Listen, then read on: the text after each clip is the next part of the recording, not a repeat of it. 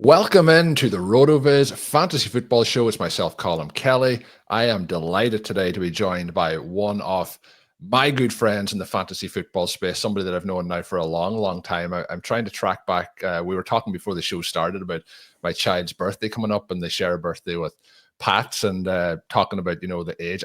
I'm pretty sure our friendship, Pat, precedes that, potentially even Fits on Fantasy might even be around that time now that I'm trying to think back to it. But back in the good old days, the golden years, where we are still going strong, and looking forward to talking through some running back landscape today. But before we get into that, Pat, my good buddy, my fellow Packers fan, can't say my fellow Arsenal fan. He's sitting here wearing a Tottenham Hotspur shirt. So we will still stay friends even on that side of the divide. But Pat, how are you as we get ready to talk some running backs here? I'm doing well, Colm. I could have been diplomatic and worn a Green Bay Packers. Yeah, no Packers gear today. No, I guess it's dirty. Need to do laundry, but no. So I just threw diplomacy out the window. Even though yes, our friendship dates back a good long time, maybe like 10 years, give or take. Yeah. And it's great to be reunited because Colm was my faithful producer for Fits on Fantasy for several years. It was a pretty long running show, and I never could have got it off the ground without you, Colm. And you always had great guest appearances too. You're kind of with your ability to either work on the front end or the back end. You're a two-way star, not unlike Travis Hunter. So, anyway, your work capabilities always take a backseat for me to our friendship. And, you are one of my best friends in the biz, and great to get to reconnect with you. It's awesome. Thanks for saying that, Pat. I appreciate all the kind words. You had an excuse to say that you had just washed the Packers gear and it's ready for the draft. The draft being up in Green Bay this year, but you missed that opportunity. So we'll move into the running back conversation. And the thing that I'm interested in, I talked last week with Eric Bindfor about the landscape and the possibility for a bounce back here for zero RB. Obviously, being a zero RB drafter, that's kind of, I'm saying that I'm very optimistic about it. But what I'm interested to talk through today is the first kind of 4 rounds starting off of, fantasy football ADP, using the FFPC's ADP to see where things maybe are being overvalued, undervalued as we approach the 2025 season. And also, which running backs, even though if you're planning to not draft running backs early, which are the ones that you think are too good of an opportunity to pass up on. Like last year, for example, a player who didn't fit a profile for me to draft was Saquon Barkley, kind of 1-2 turn pick by the time draft season was coming around. Now he is the second pick off the board by ADP, had an absolutely incredible season, one of the all-time fantasy seasons. And I guess it's like seeing who maybe is in that mold for 2025. Looking at the first 4 rounds, is there any of the names that you're seeing in there that could really make that leap? I guess we could say who could be the 101 or the 102 or the 103 in 2025. At the moment, if we're looking at ADP, we have Saquon, we have Bijan, Gibbs, all great seasons last year. We have Achane, who maybe failed to, raise the level that we had seen from his rookie season. He's at the second round turn at the start. We have Derrick Henry, Genty, CMC on his comeback, Jonathan Taylor, Bucky Irving, Josh Jacobs, Breece Hall. Then we're down into the third round with James Cook, Chase Brown, Kyron Williams.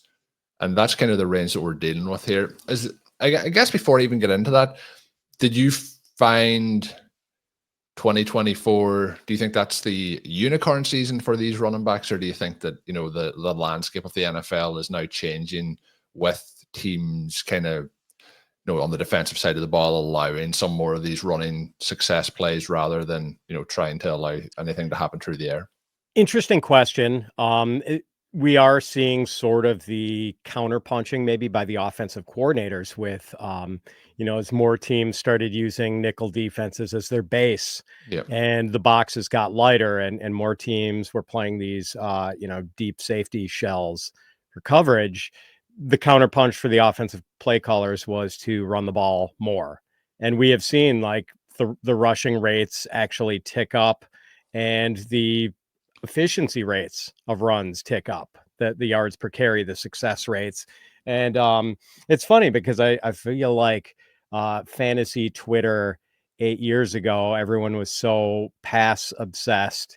And at least like in the, some of the smart circles like RotoViz and everything. And I think some people took it too far. Like, why do NFL teams run the ball at all if passing is so much more efficient?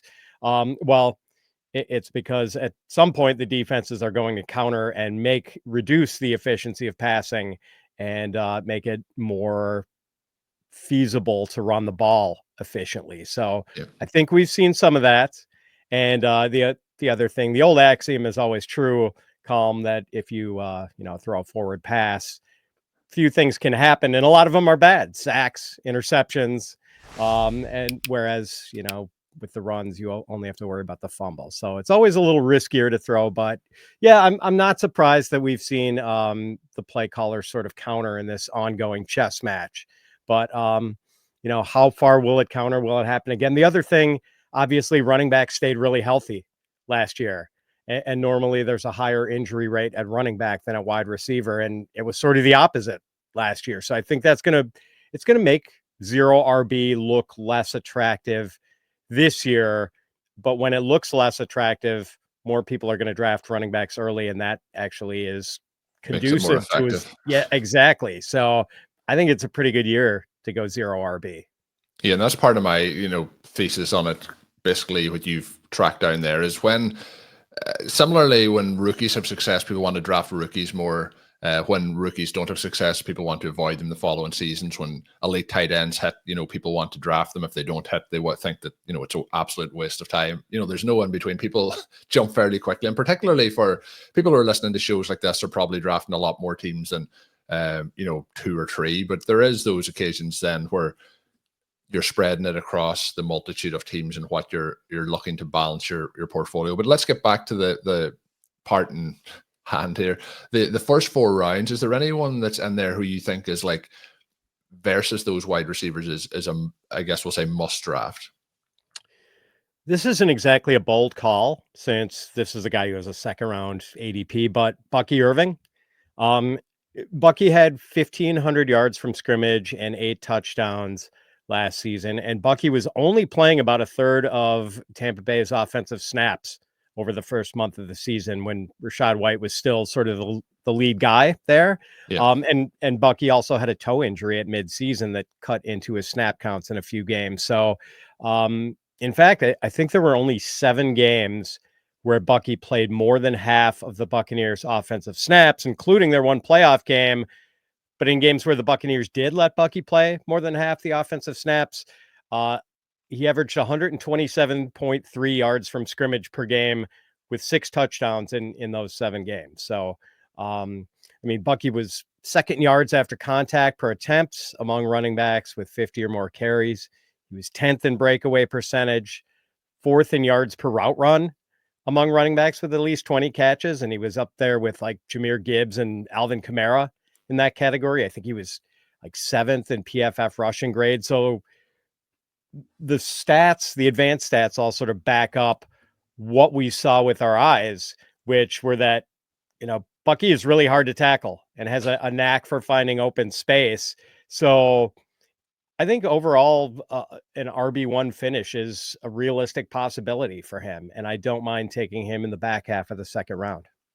So that is almost answering a question that I'm going to have to edit for later in the show. But when we look at, that's a non-traditional name. So I guess we're looking at somebody who's making the ascent, a younger player heading into his second season. The names that are in there, like a Barkley, even Bijan, I'm a big Gibbs fan. And I think that he can deliver in the mid-first round. We look then at, somebody like Derrick Henry, Christian McCaffrey, Jonathan Taylor, Josh Jacobs. There's quite a few veterans in those opening 2 rounds. Are those names that scare you at their ADPs, or do any of them stand out as like, looking at basically the Barkley protocol here as to who could make the jump into the first round next year? Yeah, I don't know that they necessarily scare me. And I'm actually kind of interested in our guy, Josh Jacobs from the Packers, Colm. I almost think can we get the Packers to pass the ball a little bit this year? Fitz, come on. Yes, that is the one issue that we maybe got a little, the Packers. I think that Josh Jacobs overperformed my expectations dramatically last year. And I think he probably performed in what the Packers thought. But what kind of happened there, I feel, is a perfect storm of Jordan Love wasn't healthy. Some of the wide receivers weren't healthy.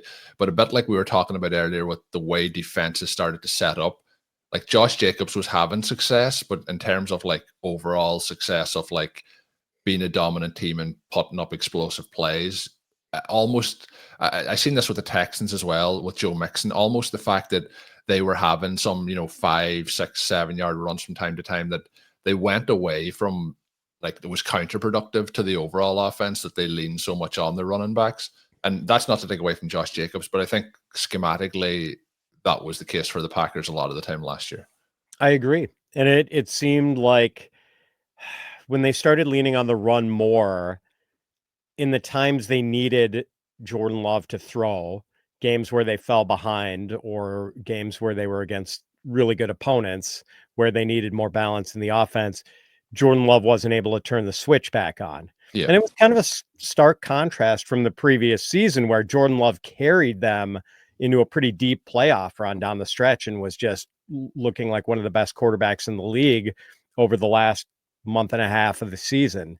So, yeah, I would like to see a little more balance this year. But Josh Jacobs, the other thing, Colm, that was a surprise, that was Matt LaFleur fully committing to Josh Jacobs the way he did. He had traditionally been sort of a running back by committee guy. Yeah. I mean, he had a young Derrick Henry in Tennessee when Matt LaFleur was the play caller for the Titans, and saw fit to give Dion Lewis about 40% of the running back touches that season. So I had my doubts that Josh Jacobs was going to carry the sort of load that he did, but clearly there is a commitment and, a full commitment by Matt LaFleur towards Josh Jacobs. So I don't hate his ADP, but it's just, there's also kind of a cap on what he can do for you as a pass catcher. And I think going back to, talking about you mentioned kind of the social media conversation around fantasy, strategies and what people like to do, but it is very easy to like highlight Saquon Barkley had a monster season, and that was why 0RB was wrong. That's not necessarily the case when you break it down into the details of one player. You had him and Chase last year, or you had him and Henry. You were likely to either advance in your best ball leagues or win your own league because they had such a dominant season that they put up the points to get you there. But the interesting thing then, when we move to looking at 0RB for last year, you mentioned Bucky Irving. He was a 0RB player last year. And you mentioned, him being in there with White. I remember points, in the season, like Sean Tucker had his monster game against the Saints last year. That's obviously long forgotten about. But like Bucky was pretty much on the injury report every single week, and he was like not getting the goal line work at the start of the season. Like there was a lot of times where you're watching the games and then you see him get a goal line carry and you're like, they give him a goal line carry. This is a good sign. But now he's all the way up into the second round. So I'm going to have to take him off because you've already answered the question with a yes for him. But the names that we see up in those top 4 rounds, we also have Chubba Hubbard in the 4th round. I mentioned Chase Brown in the 3rd round. And then we have Bucky Irving there in the 2nd round. So when we look at those names, that also shows the hits from last year of those young players in the 8th through 12th round who then have ascended to that range. In those players, so basically now we're down to Chubba and Chase Brown. Do you see those prices as their ceilings or fair prices? You kind of mentioned that the Bucky price is probably still very fair, if not even, lots of room to expand there. What do you think of those other 2 names? I think Chase Brown and Chubba Hubbard could still return value even at their higher 2025 sticker prices. I know Chase Brown didn't put up like dazzling numbers in some of the advanced stat categories, but he looked pretty good to me. And the Bengals are probably going to have a high flying offense again this year. We do have to see if the Bengals draft a running back. I think they probably will, but I'm guessing they have to take somebody in, obviously. But yes. But I'm also guessing, Colm, it probably doesn't happen until day 3 of the draft. They just really have to focus on their defense in the early rounds. Their defense is kind of a mess right now. I thought they were going to play with no defense. They barely had a defense. They were going to play with no defense this year. Was that not the plan? they're going to be a fun team to watch because I think every game is going to be 48-45 at this point. But in fact, Colm, let me call my shot on which day 3 running back I think the Bengals might let's go. take. And if it happens, you have to give me a shout out on a future show. Is that a deal? Okay, that's a deal. All right. I think they're going to possibly take Tahj Brooks of Texas Tech. First of all, like, I don't know if Tahj Brooks is good enough to be a lead back on the merits, but I think he could be a good complementary back. He had more than 1,500 rushing yards in each of his final 2 college seasons. And if something happened to Chase Brown and the Bengals needed Brooks to carry a heavier load, he could do it. He had 290 carries in 2023, 286 carries in 2024. But the main reason I like Tahj Brooks for the Bengals, he's one of the best pass blocking at running backs in the draft. And pass blocking is not exactly an area of strength for Chase Brown. In fact, I've heard Tahj Brooks comped to Zach Moss. And I think that pairing sort of made sense because Zach Moss was actually a pretty good pass blocker. And while Chase Brown was clearly the better guy with the ball in his hands, he could maybe use someone because they don't want to get Joe Burrow killed. That feels fair. They do need assistance along the offensive line, but maybe they do that through the backfield instead. When we look then through the first of those 4 rounds, I kind of talked about round 1 and round 2, but is there any running backs that you see that you feel are, egregiously priced? Like there's no way that this player is going to, maintain that value. I don't know if I would go as far to say egregious, but I do feel like Alvin Kamara in round 4 is a player who, if we were looking at, let's say 3-4 years ago, he probably isn't the dead. I think he's carrying on. Like his legacy is holding them in the 4th round. I think this might be even like, remember back even maybe it's 2 years ago where Zeke Elliott, that is, had really started to fade from his prime. And it just felt like he could never get low enough in ADP. And I feel like Kamara is long past his best at this point. How is there another name, or do you feel also in Kamara, or am I wrong on Kamara? No, I'm with you on Kamara. Maybe the hope is that because of his pass catching acumen that he's able to hold his value a little bit better than some of the guys who are entirely run dependent or mostly run dependent. So although it wouldn't surprise me if he were able to maintain his level of productivity for another year, I agree that he is not really a target for me in round 4. I think he's going to have to get a floor of 50 receptions. Probably still isn't going to get him to 4th round ADP. Right. He'd probably need to be in the 60 to 70 range again. And I feel like he probably at that point becomes if he stays healthy, it's kind of like a stat compiler rather than like, what we've seen, 30-point games from him. Yeah. The only thing, Colm, like that does give me some hope that he can maintain that level of productivity in the passing game is that I think Carr is the right quarterback for him, because Carr will not hesitate. He will check it down. Yes, he will. Absolutely. He is one of the most eager check down throwers, I think, in the league. So that's probably pretty good for Kamara. And I don't think, even if the Saints draft someone, and I think they might, because it doesn't seem like they're very much in love with Kendre Miller. I don't think, I think it would be more of an early down thumper than anyone could help in the passing game, because that is Kamara owns the passing downs. So, but as far as like other guys, one running back ADP that makes me a little uneasy, and I hate to say this because I was an early adopter of this player and have been a big advocate of his for the past 2 years. It's Devon Achane. And I don't have any questions about how good he is. Achane is a terrific player, just a little stick of dynamite. My concern is that he is not going to be a high volume runner. Achane averaged 9.4 carries a game as a rookie, 11.9 carries a game last year. I think he's probably pretty maxed out around 11 and a half, 12 carries a game. Maybe he can follow that Alvin Kamara path of value where he never runs for 1,000 yards in a season, but does heavy damage as a pass catcher. I mean, Achane did have 78 catches last year, but it was kind of a weird year for the Miami offense. The Dolphins didn't throw downfield as much as they had the year before. So Tyreek Hill disappointed, Jalen Waddle disappointed, mainly because of the Tua concussion. Yeah, he was out for quite a while. Yeah, and then perhaps because they feared another concussion after he returned, if he had to stand in the pocket for too long. So plus the Miami offensive line was pretty bad last season and might not be appreciably better this year. I'm just a little nervous about taking Achane at the top of the second round. Yeah, it is. That's at the 201, and it does make it a bit challenging as the running back 4. But I guess if you're looking at in this range, and I mentioned the players earlier that are going there with some of the veteran names, if you're looking for like an absolute ceiling outcome play, like if you have the perfect storm for Achane, he like has one of the greatest running back seasons in NFL history. But the downside is that it might just be a case that he's productive and not elite, but I think he still probably performs close to, like he may not be the 201, but he probably performs at the 212, and they probably will take in a running back through the draft as well. But no Mostert there this season, which should be a positive for him.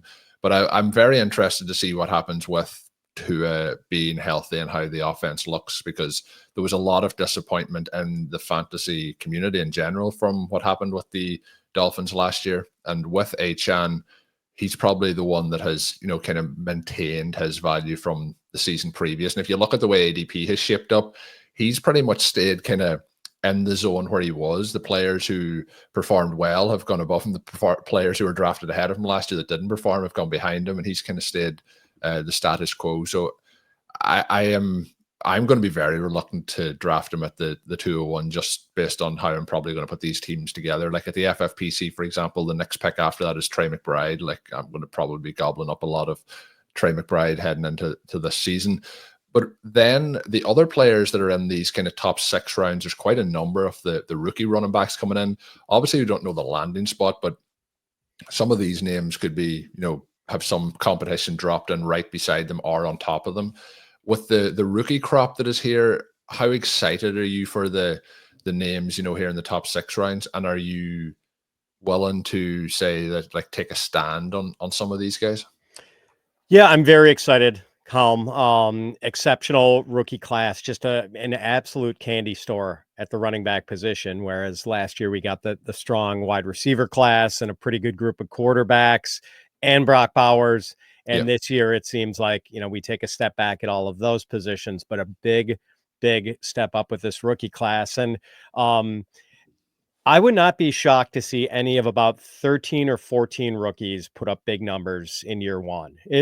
Obviously, not all of 13 or 14 rookies are going to do it, but I think there are a lot of candidates. I think there's a lot of like when I'm not necessarily the veterans in those opening rounds, but there's a lot of veteran running backs around the league, I think, that should be quite nervous at this point in time. Oh yeah, this running back class is a giant collective retirement party for a lot of guys.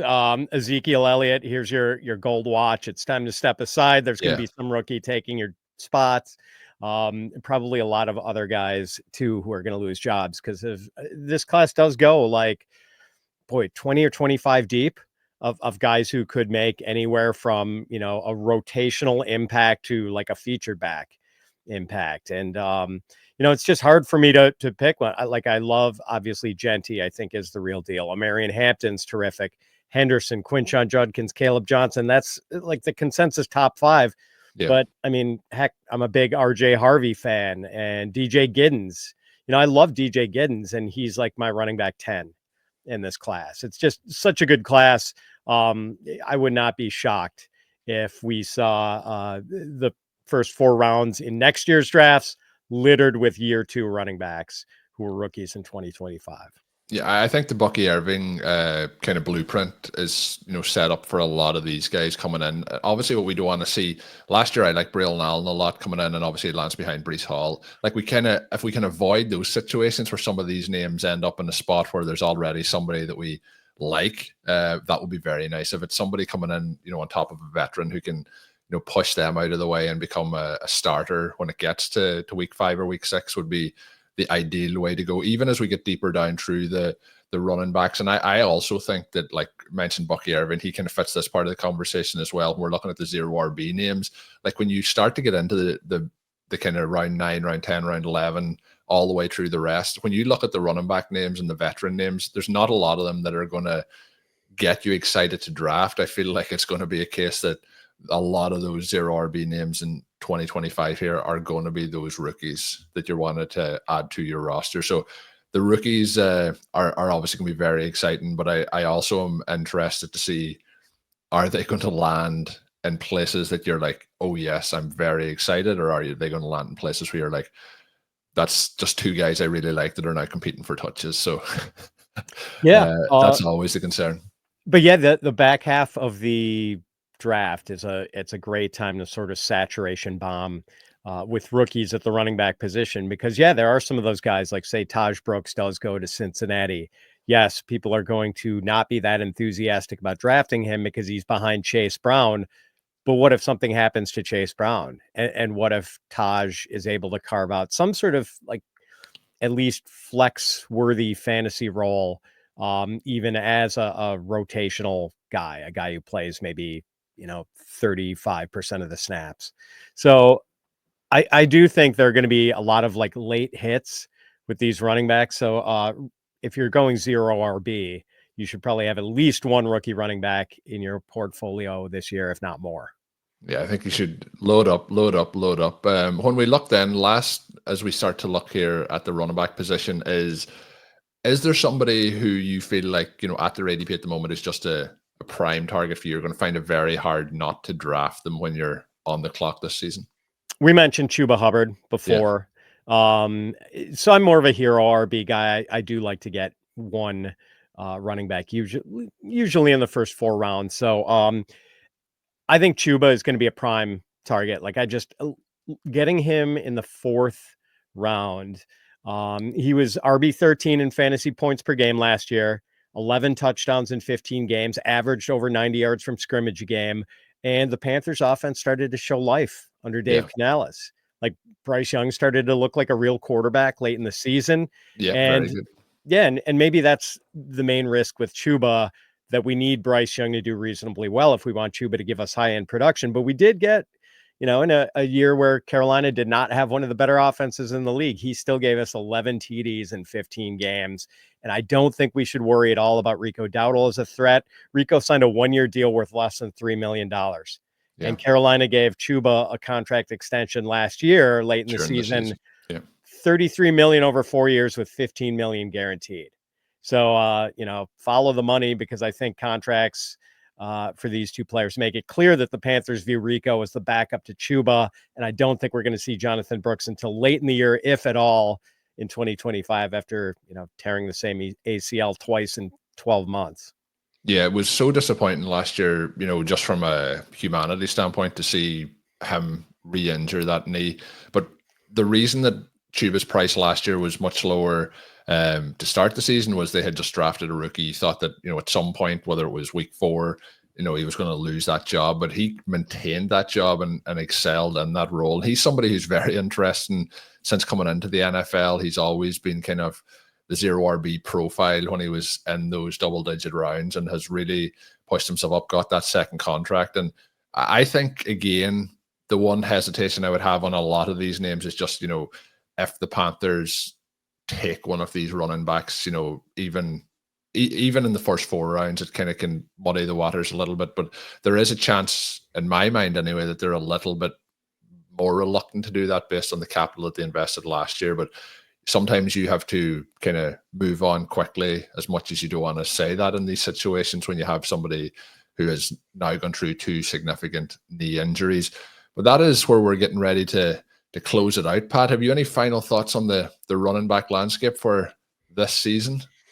Yeah, it's I think it's in flux.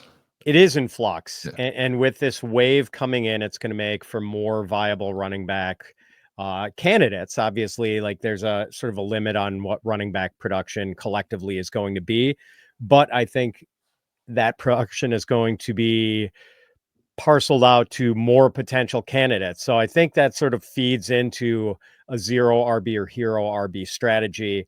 If you're a robust running back drafter, I mean, you're going to be happy that we've got this wave of new talent coming in. So it's a pretty exciting outlook at the position for 2025.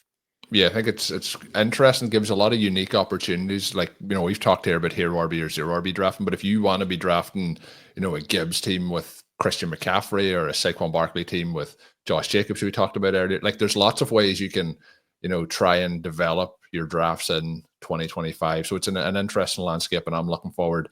The one thing I am a little bit surprised, the second round is very heavy running back when we look at ADP. 8 to 9 players at the running back position going in those 12 picks, but only 3 in the top 12, which I do still find interesting. I thought we would see a bigger overreaction in that first round based on how things played out last year. But we'll see as the offseason progresses how ADP maybe shifts. The one thing with best ball now, Pat, and with the information going 365 pretty much is we used to have to wait till early June to have settled ADP, maybe even into July. We get the settled ADP pretty fast, so the draft will shake things up, but then we'll probably be in a similar pattern until the start of the NFL season. As we close out here, Pat, you are with Fantasy Pros, you're with Betting Pros. Anything that you want to highlight coming up here? Obviously, the draft season pretty busy for both of those. Yeah, I'll just highlight our rookie and dynasty coverage, NFL draft and dynasty coverage. Be sure to check out fantasypros.com. I think you'll find, a consistent flow of content for the dynasty and draft junkies there. And please be sure to check out the Fantasy Pros Dynasty podcast that I'm on every week with normally at least 2 of myself, Scott Bogman, Ryan Wormley, and occasionally a guest. But yeah, that's it. Getting really excited for the NFL draft, Colm. Yeah, it's just right around the corner, and as we teased at the start, we're hoping the Packers make some nice moves in it up in Green Bay. But also, we'll save this. Pat is coming back to join me for the second show of the week. We'll talk about this at the start, but heavy rumors, Pat, that the Packers will be arriving in Ireland this season to face the Steelers. But we'll kick off the next show with that topic, as it's just popped into my mind at this moment in time. But that is where we will close it. My name is Colm Kelly. You can follow me on social media at Overtime Ireland. And until we are back, have a good one.